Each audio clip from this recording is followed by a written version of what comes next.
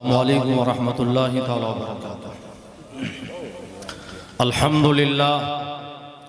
अल्हम्दुलिल्लाहिल्लज़ी फ़द्दल सय्यदना व मौलाना मुहम्मदन सल्लल्लाहु तआला अलैहि वसल्लम अलल आलमीन जमीआ व अक़ामहु यौमल क़ियामति लिल मुज़निबीन अल मुतलव्विसीन अल ख़त्ताईन अल हालिकीन शफ़िया फ़सल्लल्लाहु तआला व सल्लम व बारक अलैहि व अला कुल्लि मन हुवा महबूबुन व मर्दियुन लदैहि सलातन तबक़ा व तदूम बिदवामिल मलिकिल हय्यिल क़य्यूम व नशहदु अन ला इलाहा इल्लल्लाहु वहदहु ला शरीका लह व नशहदु अन्न सय्यदना व मौलाना मुहम्मदन अब्दुहु व रसूलुहु बिलहुदा व दीनिल हक़्क़ि अरसला सल्लल्लाहु तआला अलैहि व अला आलिहि व सहबिहि व बारक व सल्लम। अम्मा बादु फ़अऊज़ु बिल्लाहि मिनश शैतानिर रजीम। बिस्मिल्लाहिर रहमानिर रहीम। क़ाल अल्लाहु तबारक व तआला फ़िल क़ुरआनिल अज़ीम वल फ़ुरक़ानिल हमीद इन्नद-दीना इंदल्लाहिल इस्लाम। आमन्तु बिल्लाहि सदक़ल्लाहु मौलानल अज़ीम व बल्लगना रसूलुहुन नबियुल अमीनुल करीम व नहनु अला ज़ालिका लमिनश शाहिदीन वश्शाकिरीन वल्हम्दुलिल्लाहि रब्बिल आलमीन।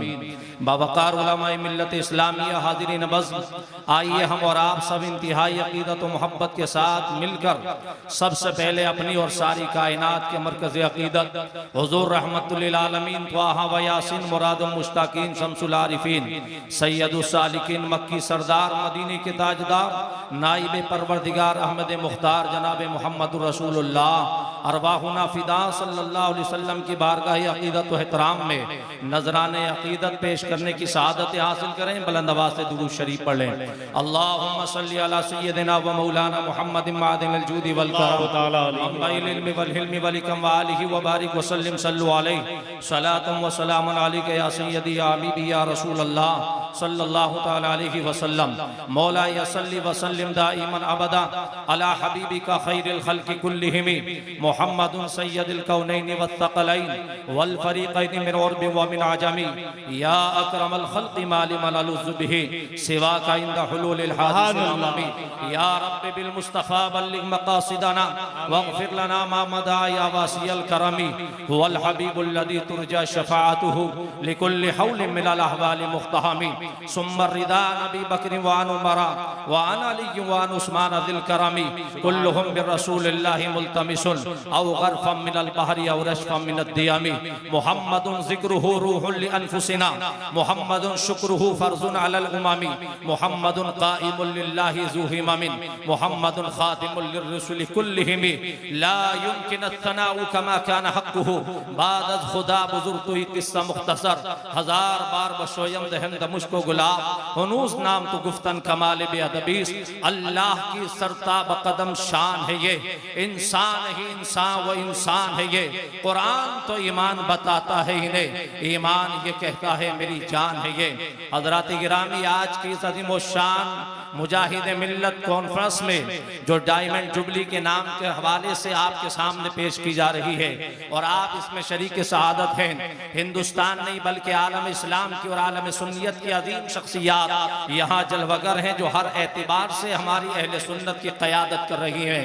खानवादा गौसे आज़म और खानवादा मखदूम शिमला की चश्मो चराग औलाद शहंशाह मखदूम शिमला मोइनुल मशाइख मोइनुल मिल्लत व दीन हज़रत अल्लामा सैयद मोइन मियां साहब क़िबला दामत बरकातुहुल आलिया और आलमी सतह पर काम करने वाली शख्सियत अल्लामा सैयद ज़फ़र इक़बाल साहब क़िबला और हज़रत अल्लामा वारिस साहब क़िबला और तमाम अरबाब इल्म व दानिश यहाँ मौजूद हैं।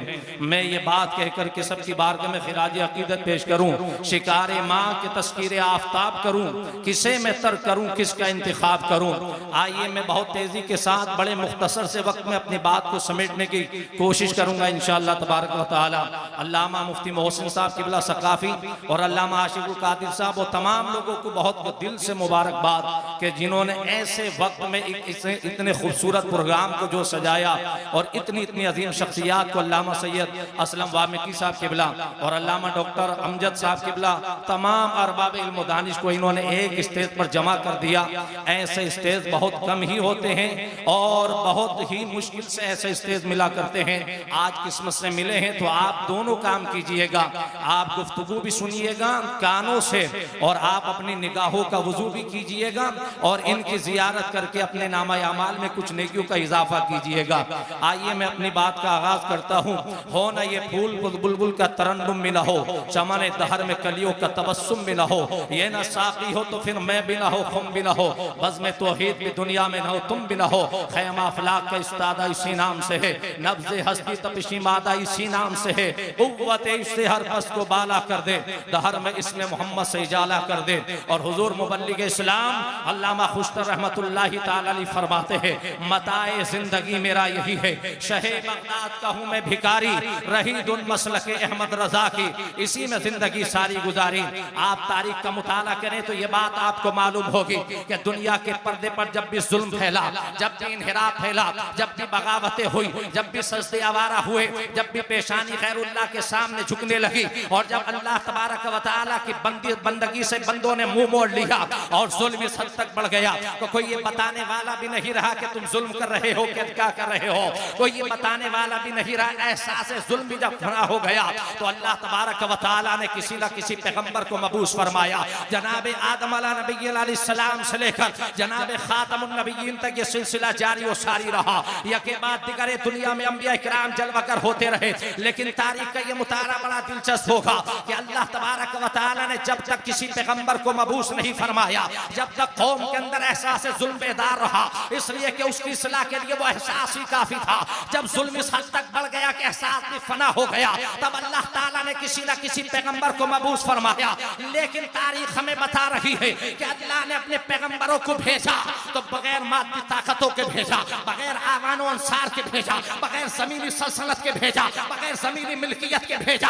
किसके मुकाबले में? वक्त के सुपर पावर के मुकाबले में, वक्त के फिरौन के मुकाबले में, वक्त के नमरूद के मुकाबले में, वक्त के जबावरा के मुकाबले में। क्या वजह है कि अल्लाह इब्राहिम को तन्हा भेज रहा है और नमरूद को सारी हुकूमत अता कर रहा है? वो खुदाए क़द्र जब्बार, वो जुल जलाल वल इकराम, वो मालिक अल मुल्क, ज़मीन और आसमान को पैदा करने वाला, जब उसने इब्राहिम को उतारा, तन्हा क्यों उतारा था? पहले तख्त देता, हुकूमत देता, बादशाही देता, उसके बाद मुकाबले में उतारता। इतना बड़ा काम दिया गया कि सारी मिल्लत को खुदा की तौहीद पर लगाना भी है और बड़ी बड़ी ताकतों से टकराना भी है। अल्लाह अपने नबी को तन्हा भेजता है। वो सब कुछ दिया जा सकता था जो फिरौन के पास था, जो नमरूद के पास था, लेकिन तन्हा अल्लाह अपने नबी को क्यों भेजता है? इसलिए भेजा था कि अगर जनाब इब्राहिम के पास भी तख्त होता, जनाब इब्राहिम के पास भी मिलिट्री होती, आर्मी होती, दोनों में टकराव होता तो दुनिया ये कहती दो सुपर पावर का टकराव हुआ था, एक कामयाब हो गया, एक नाकाम हुआ। जैसे कि तारीख आलम बादशाहों की जंगों से भरी हुई है, लेकिन अल्लाह अपने पैगंबर को तन्हा भेजता है और फरमाता तुम जाओ और जाने के बाद फिरौन का मुकाबला करो। जब तुम कामयाब होगे तो दुनिया ये कहने पर मजबूर होगी ये ताकत की कामयाबी नहीं, ये इंसाफ की कामयाबी है, ये हक्कानियत की कामयाबी है, ये सदाकत की कामयाबी है, ये पैगंबराना मिशन की कामयाबी है, अल्लाह के कलमे की। नारे तकबीर, नारे रिसालत, मसलके आला हजरत, अज़मते रिसालत। इसलिए तन्हा भेजा गया था। और हमारे और आपके लिए ये लेसन और मैसेज भी था कि ज़बात ज़माना जब तुम्हारी तरफ बढ़ रहे हो और क़यामत तुम्हारे दरवाजे पर खड़ी हो और तुम्हें तूफान बालाखेस के अंदर लपेट लिया गया हो, बज़ाहिर तुम्हारे पास कुछ ना हो, तो ऐसे वक्त में भी नर्वस होने की जरूरत नहीं है। तुम सच्चाई का दामन थामे रखो, दुनिया की ताकत तुम्हारे कदमों में झुकती दिखाई देगी। कुरान का फैसला है वअंतुमुल आलौना इन कुंतुम मोमिनीन, तुम ही आला हो, शर्त यह है कि मोमिने कामिल बन जाओ। कुरान का फैसला है। कैसे गलत हो सकता है? हमें अपने अंदर झांक कर देखना होगा कि हमारा कल कितना सुनहरा था और आज हम किस पस्ती का शिकार हुए हैं। आज हम जरा से खौफो हिरास में अपने दरवाजे बंद कर लेते हैं। जानते हो तुम्हारी पावर का आलम क्या है? तुम्हारा शिजरा उनसे मिलता है कि दरिया में लाठी मारे तो रास्ता बना दे, पत्थर पर लाठी मारे तो 12 चश्मे जाए। नारे तकबीर, नारे रिसालत, ऑल इंडिया तहरीक तबलीग सीरत। तुम्हारे गलों के अंदर उस मुस्तफा की गुलामी का पट्टा है कि बैठे मदी मक्का की जमीन पर इशारा करे तो चांद के दो टुकड़े कर दे, इशारा करे तो डूबा हुआ सूरज वापस पलटा देता है। तुम्हारी गलों के अंदर हुसैन पाक की गुलामी का पट्टा पड़ा हुआ है, फिर तुम क्यों डर जाते हो, घबरा जाते हो? कुरान कहता वान तुम लालौला इन कुंतुम मोमिनीन, तुम ही आला हो, शर्त यह है कि मोमिन कामिल बन जाओ। ये कुरान का फैसला है। लेकिन बज़ाहिर होता यही था कि अल्लाह अपने नबियों को तन्हा भेजता था। लेकिन एक जुमला में अर्ज करूंगा, हुजूर मुशाहिद मशाइख तशरीफ फरमा है, जफर इकबाल साहब तशरीफ फरमा है, मैं अर्ज करूंगा कि अल्लाह ने अपने नबियों को तन्हा जरूर भेजा है, लेकिन उसने मोहताज बनाकर नहीं भेजा, मुख्तार बनाकर के भेजा। ये कैसे मुमकिन है कि एक हुकूमत, दुनियावी हुकूमत, जब किसी मुल्क में अपना सफीर, अपना नुमाइंदा, अपना एम्बेसडर बनाकर भेजे, उसे बेख्तियार बनाकर भेजेंगे? ऐसा नहीं होता है। तो ये कैसे मुमकिन है कि अल्लाह अपने नबी को खिलाफत अर्जी का मनसब भी दे, अपना वारिस और अपनी नियाबत अर्जी का मनसब अदा करे, और उसके बाद अपना नुमाइंदा बनाकर भेजे और उसको बेख्तियार बनाए? अल्लाह ने अपने नबियों को इख्तियार देकर भेजा।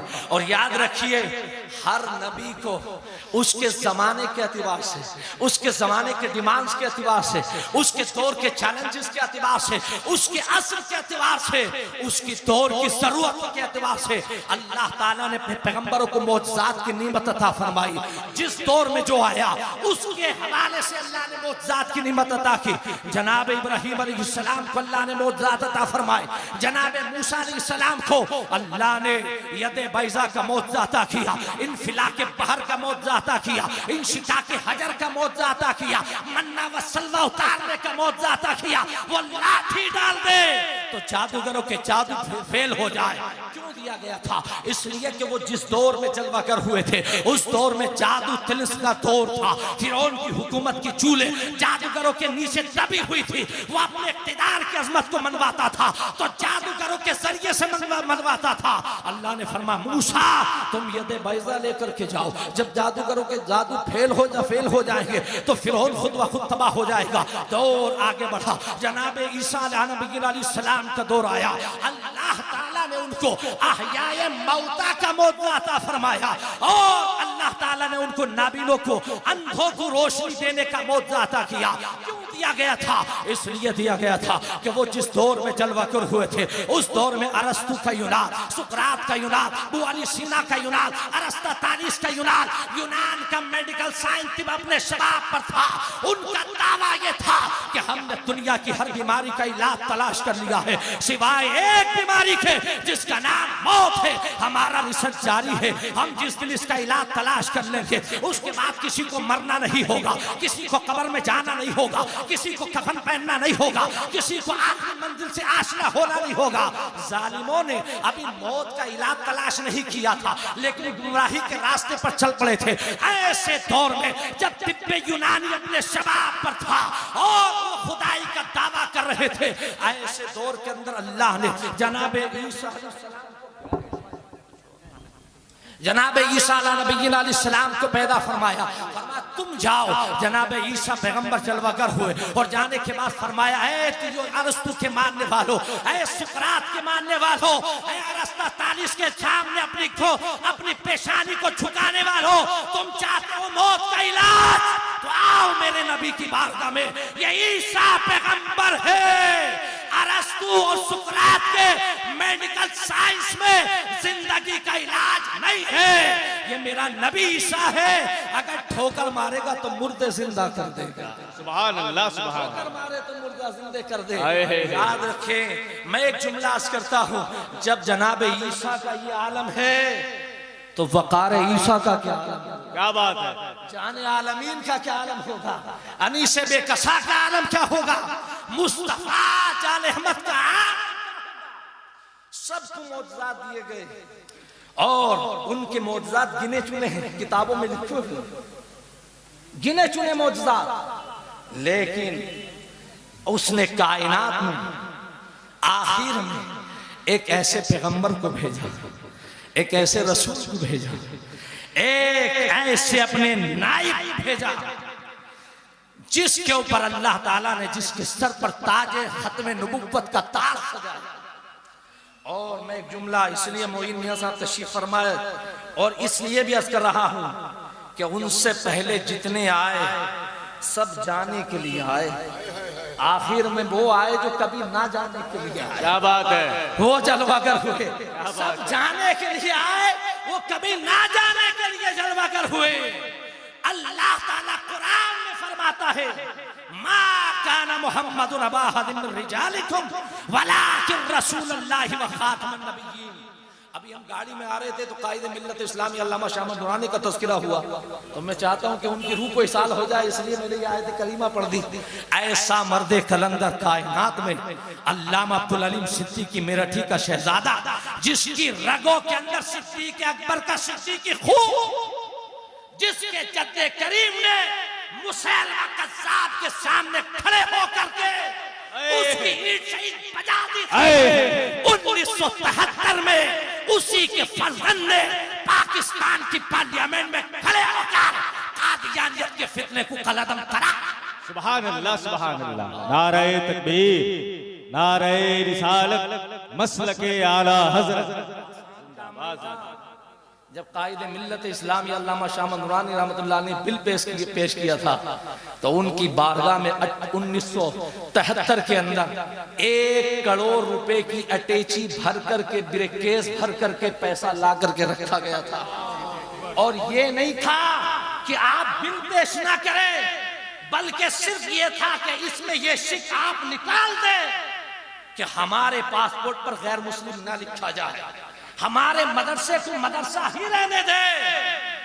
हजरत ने उसकी तरफ देखा और देख करके फरमाया, तुमने आने में देर कर दी है। क्या जुमला था? फरमाया देर कर दी है। क्या मतलब है? फरमाया फकीर पहले ही सौदा किसी बाजार में कर चुका है। पहले ही सौदा किसी बाजार में कर चुका है। क्या हमसे ज्यादा भी किसी ने दे दिया है? तो कायदे मिल्लत इस्लामिया ने फरमाया, उस बाजार में सौदा हुआ है जिसकी तलवों से लगी हुई खाक सारी कायनात में उसकी कीमत नहीं बन। नारे तकबीर, नारे रिसालत, मसलके आला हज़रत। हमने कहा वो कौन सा बाजार है? तो कायदे मिल्लत इस्लामी अल्लामा शाह अहमद नूरानी ने कहा था, जब तक बिके ना थे तो कोई पूछता ना था, तुमने खरीद के अनमोल कर दिया है। दरे मुस्तफा पर बिके हुए आपने फरमाया उठा ले जाओ। अल्लाह अकबर, जिगर चाहिए। जफर इकबाल साहब इंग्लैंड में रहते हैं, हजरत अभी मॉरिशस गए थे। पीर साकी मुस्तफाई साहब माशाल्लाह बड़ा अजीम शान, और मॉरिशस में बड़ा कामयाब प्रोग्राम हुआ। वहाँ की जो मुल्क की जामा मस्जिद है और वहाँ का जो बड़ी जगह है, वहाँ पर अभी हाल ही में कॉन्फ्रेंस हुई और अल्हम्दुलिल्लाह पूरे मुल्क के उलमा जमा हुए और हजरत ने ये है लोगों को नवाजने वाले, ये करीम इब्ने करीम, ये सखी इब्ने है। इनका रिश्ता वहां से है कि जहां दरवाजे पर आ जाए तो खाली नहीं जाता। मैंने वहीं पर जामिया मियां की ज़बानी ये सुना था कि बंबई की जमीन पर एक मस्जिद जिस पर देवबंदियों ने कब्जा कर लिया था, हजरत की कोशिश के जरिए जब अहले सुन्नत ने उस पर कब्जा किया तो बंबई के एक बड़े सेठ ने खबर पहुंचाई थी कि जितना रुपया जबान से मोइन मियां निकालेंगे कदमों में बिछा दिया जाएगा। तो हुजूर शेखुल मशाइख ने जवाब में फरमाया था, वो क्या रुपया बिछाएगा उसे पता नहीं है, मेरे जद्दे करीम ने तो समनान की हुकूमत को और सल्तनत को ठोको, क्या बिछाएगा वो। ये है कायद, ये लोग हैं और ये वो लोग हैं जो दीन का काम कर रहे हैं। आज फख्र से सर ऊंचा होता है कि बंबई को ऐसी क़यादत मयस्सर है। जुड़ो उलमा इकराम, जुड़ो आवाम। मैं अर्ज करूंगा कि सुन्नी जमीयत उलमा जो हजरत की है, उसके हर इलाके में, हर अजला के अंदर ब्रांच हो, बाज़ाब्ता ऑफिस हो, कंप्यूटर सिस्टम हो, एक ऐसी मुनज़्ज़म तहरीक से आज तक सुन्नियत महरूम और यतीम है जो पूरे हिंदुस्तान के सुन्नियों के एक प्लेटफॉर्म पर जमा। क्यों नहीं कर रहे आप ये काम? ये काम हुजूर मुजाहिद मिल्लत ने किया था, ये काम अल्लामा अरशदुल क़ादरी ने किया था, ये काम रिहान मिल्लत ने किया था, ये काम मुजाहिद दौरा ने किया था, ये काम मुहद्दिस आदम हिंद ने किया था, ये काम हमारे अकाबिरीन ने किया था। 2-3 दहाइयों से जो गर्द पड़ी हुई है, आजकल तो हमारे स्टेजों का हाल ये है अल्हम्दुलिल्लाह, अल्लाह माफ करे, ऐसे ऐसे कॉमेडियन खतीबों को बुलाया जाता है, चस्के लिए जाते हैं जैसे डांस करने वाली औरतें। न दर्द दिल है, न कोई उन्वान है, न कोई मौजू है, न कोई अल्फाज है, बस अल्फाज की चौलानी में डुबा करके कौम के एहसास को तबाह कर देने का नाम खिताबत नहीं है, लोगों के टूटे हुए दिलों को जोड़ने का नाम। सुभान अल्लाह, बेशक। क्या बात करते हैं आप? एक जलसे को अरेंज करने में लाखों रुपए का चंदा इकट्ठा करना पड़ता है, 100 रुपया 500 रुपये की भीख मांगनी पड़ती है तब, और उसके बाद आने वाले खतीब को फ्लाइट का टिकट, अच्छे एयर कंडीशन रूम में ठहराना, गाड़ी से लाना ले जाना। इसलिए था कि आप कॉमेडी करके जाएंगे, इसलिए था कि आप हंसा करके जाएंगे, कौम के जज्बात को मजरू करके जाएंगे। यही बेहसी रही तो ये खून नहीं पानी दौड़ रहा है। आज फलस्तीन तबाह हो गया, गजा की बच्चियां आज बेसरो सामान पुकारती हैं, कोई उमर नहीं आएगा, कोई खालिद इब्न वलीद अब नहीं आएगा, कोई सलाहुद्दीन अय्यूबी की आवाज अब नहीं आएगी। कौम की बच्चियां पुकार रही हैं, और यहाँ के मौलवी और मौलाना लोग, खतीब लोग 10-10, 20-20 हजार का टिकट लेने वाले दुआ करते हैं, ए अल्लाह तू अबाबील का लश्कर भेज दे। अच्छा, लड़ने के लिए अबाबील का लश्कर आएगा और हलवा पराठे तू खाएगा। अबाबील का लश्कर वहां आएगा और जिहाद का टिकट तुझे दिया जाएगा। वहां चला, वहां अपना सीना पेश करने के लिए आज भी इतने छोटे से परिंदे अबाबील की जरूरत है। याद रखो, जिस खुदाए कद्रो जब्बार ने तुम्हें 57 मुल्कों की सल्तनत दी हो, जिस खुदाए कद्रो जब्बार ने तुम्हें जमीन की हुकूमत अता की हो, एटमी पावर दी हो, दुनिया की बड़ी फौजें तुम्हें अता की हो, और 1 अरब से ज्यादा की आबादी, 1 अरब 70 करोड़ से ज्यादा की आबादी तुम्हारी हो, उसके बाद भी अबाबील का लश्कर आएगा। किस मुंह से नाम लेते हो इमाम हुसैन को? किस मुंह से आप नाम लेते हो? हालात इस तरह के हैं, कौम को इन जनाना दुआओं के जरिए से बेहिस मत बनाओ। ये जनाना दुआएं तुम्हें घर पे बैठने पे, मरने पे मजबूर कर देंगी, मैदान कारजार में निकलने की ताकत नहीं दे सकती। अगर यही दुआओं से सब काम होता तो पैगंबर इस्लाम से बड़ा मुस्तजाब दावा कौन है? क्या बात है? अरे इजाबत का सेरा, इनायत का जोड़ा, दुल्हन बन के निकले दुआए मोहम्मद मुस्तफा लब हिला दे तो इजाबत का सेरा सलामी पेश करता है। तो क्या अगर दुआओं से काम होता तो पैगंबर इस्लाम खाने काबा की दीवारों के साए में बैठकर दुआ करते हैं, अल्लाह पूरा जजीरतुल अरब मुसलमान हो जाए, तो क्या नहीं होता? बेशक। क्यों हिजरत की थी मुस्तफा ने? क्यों शेबा अबी तालिब के 2.5 साल को बर्दाश्त किया था मुस्तफा ने? क्यों अपने कांधे के ऊपर ओजरियां डलवाई थी मुस्तफा ने? क्यों रास्ते में लोगों ने पत्थर बिछाए थे मुस्तफा के? और उसके बाद 313 निहत्ते मुजाहिदों को लेकर क्यों बदर की बात दुआएं की जाती हैं? जब पहले मताए जिंदगी को पेश कर दिया जाए, क्या बात है, ये पहम को पेश कर दिया जाए, अपने इशार को पेश कर दिया जाए, जज्बे को पेश कर दिया जाए। आए मुस्तफा बदर में। अब जब बदर का मैदान सजा तब मुस्तफा ने अपना मुसल्ला बिछाया और अल्लाह के नबी कहते लन तू बदर अबदा, हे अल्लाह इनको यहाँ तक लाना मेरा काम था, अब कामयाबी देना तेरा काम है। अगर आज ये नाकाम होकर लौटे तो कयामत तक तेरी कोई इबादत करने वाला नहीं होगा। अच्छा, इस जुमले पे भी गौर करें जी, ये पैगंबर ही बोल सकता है, वरना और नहीं बोल सकता। मुस्तफा फरमाते हैं कि अल्लाह क़यामत तक तेरी इबादत करने वाला नहीं होगा। उधर रब्बे करीम का दरिया रहमत जोश में आया, मौला महबूब यहाँ तक लाना तेरा काम है, अब फरिश्तों की जमात को उतारना मेरा काम है, अब फरिश्तों को भेजना मेरा काम है। ऐसे ही अबाबिल का लश्कर नहीं आता है, पहले मताए जिंदगी को पेश किया जाता है, तब जाकर के दरिया रास्ता देते हैं। पहले वो अज़्म तो पैदा करो, हौसला पैदा करो, सारे काम हो जाएंगे। तो अल्लाह ने अपने नबियों को भेजा, मोहताज बनाकर नहीं मुख्तार बनाकर भेजा।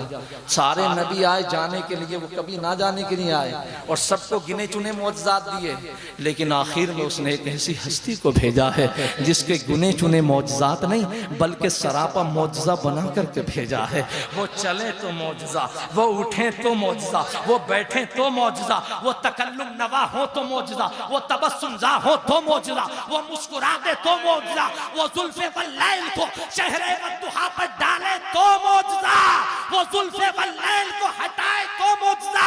अरे जुल्फ़ को अगर वद्दुहा के चेहरे पर डाले तो रात हो जाए, और वद्दुहा के चेहरे से समेटे तो दिन का उजाला। उनका मैं पढ़ता हूं, उनका रुख ऐसा है जैसे कुरान का मुसहफ खुला हो, और उनके रुखसार ऐसे हैं जैसे वद्दुहा की आयत चमक रही हो। उनकी पेशानी ऐसी है जैसे वल फज्र की आयत की अमीन हो, और उनकी चश्मान मुबारक ऐसी है जैसे मादागल बसर के नगीने हो, और उनकी अबरू ऐसी है जैसे, और उनकी जुल्फ ऐसी है जैसे वल्लैल की चादर तनी हुई हो। मुस्तफा की जुल्फों का जवाब नहीं, मुस्तफा के हुस्न का जवाब नहीं, मुस्तफा के रुखसार का जवाब नहीं। उन्हें अल्लाह ने सरापा मौजज़ा बनाकर भेजा। नुत का हर हर गोशा मुंह हुआ है। हम बोलते हैं तो हमारा बोलना मुहतमिल सिद्क़ व किज़्ब होता है, लेकिन जब पैगंबर बोलता है तो कानून जिंदगी बोलता है, दस्तूर हयात बोलता है, निज़ाम कायनात बोलता है, खुदा की बोली बोलता है। वमा यंतिकु अनिल हवा इन हुवा इल्ला वह्युन यूहा। हम चलते हैं तो ठोकरों के हामिल होते हैं, लेकिन जब पैगंबर चलता है तो राह हयात सामने होती है। जब पैगंबर कदम उठाता है तो सिरात मुस्तकीम का पता चलता है, आदमी अपनी मंजिल तक पहुंचता है। जब उनको भेजा गया तो याद रखिएगा, सारे नबी जितने भी जलवागर हुए, अल्लाह ताला ने उनको दो चीजें अता की।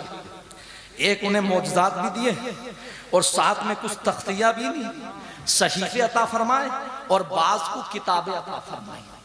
अच्छा भाई, दलील नबूवत के लिए तो एक ही चीज काफी थी, या तो उन्हें किताब ही दे दी जाती या उन्हें मौजज़ात दे दिए गए थे। लेकिन दोनों को क्यों साथ में मिलाया गया?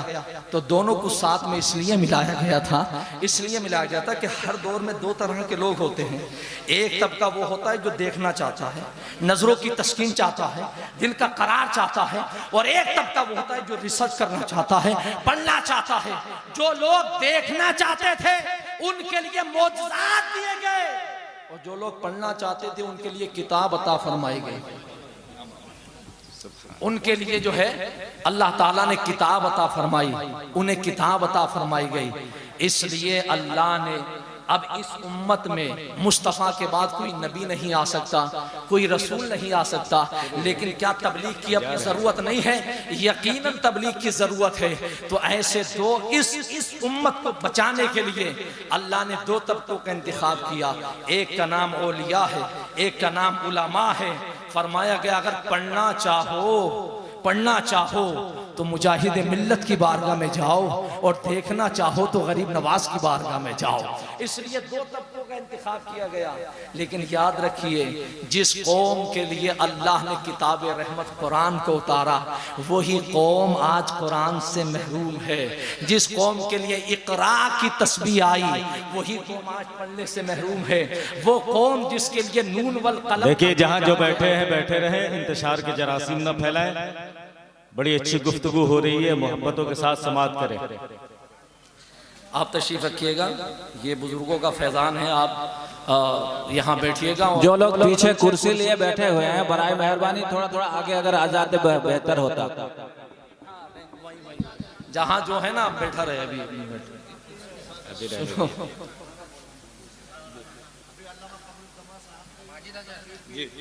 सुनिए सुनिए, हजरत तशरीफ ले जा रहे हैं। आप इधर देखिएगा। उस कौम के पास कलम की नीमत नहीं है जिसे नून वल कलम की आयत अता की गई। क्या बात। उस कौम के पास किताब रहमत जिसको दी गई, इकरा जिसे फरमाया गया, वो पढ़ने के लिए तैयार नहीं है। आज हमारी बेबसी का आलम यह है कि हम अंधे भी हैं, हम बहरे भी हैं, हम गूंगे भी हैं। दुनिया जैसा लिखती है अंधे बनकर पढ़ लेते हैं, दुनिया जैसा सुनाती है बहरे बनकर के सुन लेते हैं। हमारे पास हमारी जबानों पर ताले लगा दिए गए हैं। ऐसे दौर में अगर तुम उरूज चाहते हो से जोड़ना होगा, तुम्हें कुरान का दामन मजबूती से पकड़ना होगा।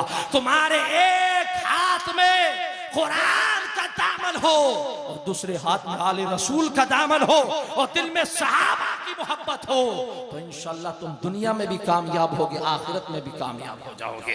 अल्लाह ने उस रसूल को भेजा, आखिरी पैगंबर को। फरमाया अब हमारे रसूल के बाद कोई रसूल नहीं आएगा। अब ये किसी मर्दों में मर्द के बाप भी नहीं है, ये आखिरी रसूल है। अब जो भी होगा वो झूठा तो होगा, दज्जाल तो होगा, मक्कार तो होगा, लेकिन अल्लाह की बारगाह का भेजा हुआ पैगंबर रसूल नहीं हो सकता। कैसे हो सकता है? ये शान है मुस्तफा की, ये अजमत है मुस्तफा की, कैसा हो सकता है? उनकी अजमतों का आलम ये है। अगर आप सुनना चाहें तो बस 1 मिनट में आखिरी बात बताता हूं, सुनना चाहें तो सुने। उनकी अजमतों का आलम ये है, उनकी अजमतों का आलम ये है कि जितने भी रसूल आए ना उन्हें मौजज़ात दिए गए, लेकिन पैगंबर इस्लाम की अजमत का आलम यह है कि जो मौजज़ात मुस्तफ़ा को दिए गए हैं वो भी बेशुमार हैं, अनगिनत हैं, लातादात हैं, सरापा मौजज़ा है। सुनो, ये जुमला आखिरी में बताकर अपनी बात को खत्म करता हूँ। कैसे मौजज़ात दिए याद रखिएगा। ये एक दरसगाही बात मैं अर्ज कर रहा हूँ, अहले इल्म बैठे हुए हैं इसलिए बात बताकर खत्म करता हूँ। जब दुनिया में एक मुदर्रिस ये चाहता है कि मैं ये देखूं कि मेरे 2 शागिर्दों में कौन अच्छा लिखता है, तो उनके हाथ में कलम दिया जाता है और लिखवाया जाता है ब्लैक बोर्ड पर, लिखो कौन अच्छा लिखता है, ताकि फाइनल किया जाए तुम में कौन अच्छा है। एक मुदर्रिस जब ये समझता है कि मेरे 2 बच्चों में कौन अच्छा पढ़ता है, उसके हाथ में किताब दी जाती है। जब ये जानना चाहता है कि इन 2 में कौन ज्यादा ताकतवर है, तो दोनों में तसादुम कराया जाता, कुश्ती कराई जाती है, पता चलता कौन ज्यादा ताकतवर है। इसी तरह आप समझिए, अगर आपको मिट्टी की ताकत का अंदाजा करना हो तो मिट्टी से नहीं पत्थर से टकराइएगा, चकनाचूर हो जाएगी। और अगर आपको पत्थर की ताकत का अंदाजा करना हो तो पत्थर से नहीं लोहे से टकराइएगा, वो कंकर कंकर हो जाएगा। और अगर आपको लोहे की ताकत का अंदाजा करना हो तो लोहे से नहीं आग में डालिएगा, पानी बनकर पिघल जाएगा। अगर आपको पानी की ताकत का अंदाजा करना हो तो जमीन के ऊपर नहीं, जमीन पर पानी से ज्यादा ताकतवर कोई चीज नहीं। एक सुनामी का छोटा सा झोंका कायनात इंसानी को बहाने के लिए काफी है। अगर आपको पानी की ताकत का अंदाजा करना है तो आसमान के चांद को देखिएगा। 2.5 लाख मील के फासले से जब चांद रात में अपनी शबनमी कतरे डालता है तो समंदर में ज्वार भाटा जाता है और हजारों टन पानी समंदर से निकल करके सतह जमीन पर बह जाता है। पता ये चला कि पानी से ज्यादा ताकतवर चांद है। और अगर आपको चांद की ताकत का अंदाजा करना हो तो दिन की गजबनाक, दिन के उजाले में सूरज की गजबनाक निगाहों को देखो।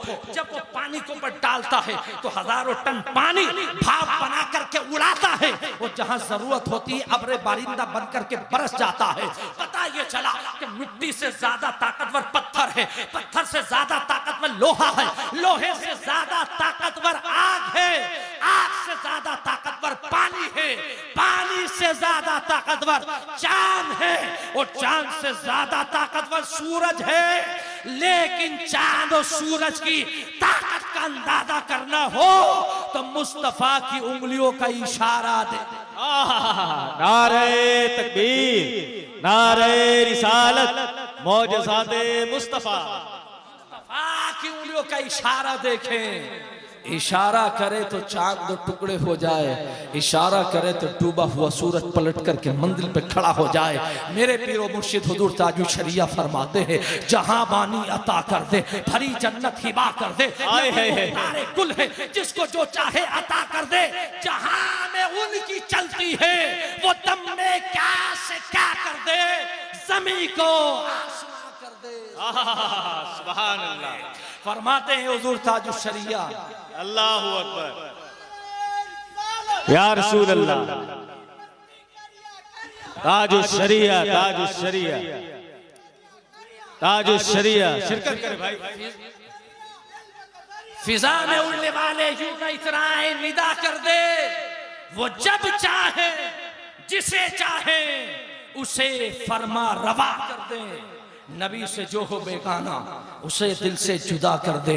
पिदर मादर बिरादर मालो जा उन पर फिदा कर दे। मुझे क्या फिक्र हो अख्तर, मेरे यावर हैं वो यावर। बलाओं को जो मेरी खुद गिरफ्तारे बला कर दे। मेरी पुष्पनाही फरमाई अल्लामा सैयद असलम साहब ने और अल्लामा सैयद जफर इकबाल साहब ने, इसलिए मैं आपके सामने कुछ कह सका। वमा अलैना इल्ला बलाग। फिर आपसे मुलाकात।